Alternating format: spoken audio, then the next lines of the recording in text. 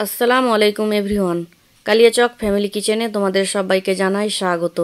আজকে আমি তোমাদের সঙ্গে শেয়ার করব সুজির হালুয়ার রেসিপি। আশা করি এই রেসিপিটা তোমাদের ভালো লাগবে। তো চলো দেখে নেওয়া যাক। প্রথমে একটা প্যানে আমি ঘি দিয়ে দিলাম। এখানে আমি 2 চামচ ঘি দিয়ে দিচ্ছি। ঘিটা খুব ভালো মতো গরম করে নিতে হবে। ঘিটা গরম করে আমি 1 বাটি সুজি দিয়ে দিলাম। এবার আমি অনবরত নাড়াচাড়া করে বেশ লাল করে আমি ভেজে নিচ্ছি। লাল করে ভেজে আমি একটা প্লেটে ঢেলে নেব। তো এখন লাল করে ভাজা হয়ে গেছে, এখন আমি একটা প্লেটে ঢেলে নিলাম। সুজিগুলো ঢালার পরে আমি 10 মিনিট সাইডে রেখে দিচ্ছি, যাতে করে খুব ভালো মতো ঠান্ডা হয়ে যায়।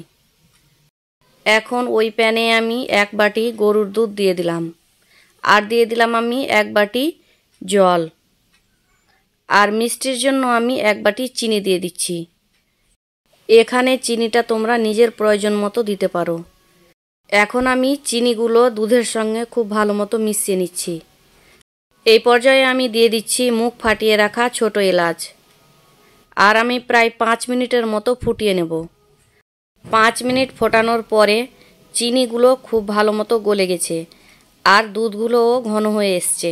এখন আমি ভেজে রাখা সুজিগুলো দিয়ে দিলাম।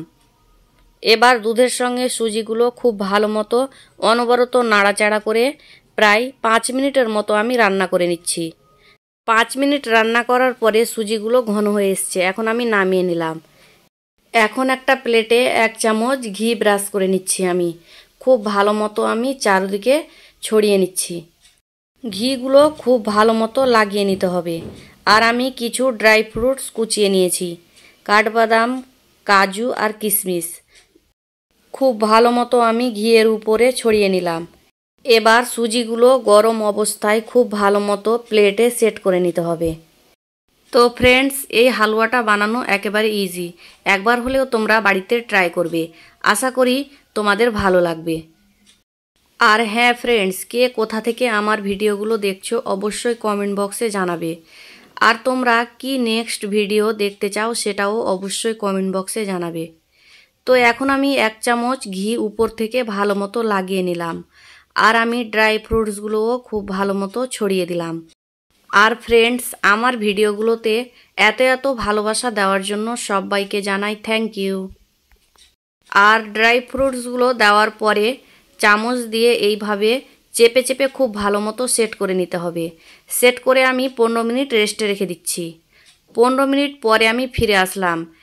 এখন আমি একটা চাকুর মাধ্যমে ছোট ছোট টুকরো করে আমি পিস করে নিচ্ছি।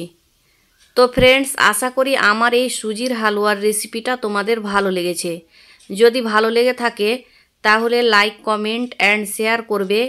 আর আমার ভিডিওগুলো যদি ইউটিউব থেকে দেখো তাহলে সাবস্ক্রাইব করে দেবে, আর ফেসবুক থেকে যদি দেখো তাহলে ফলো করে দেবে। আল্লাহ হাফিজ।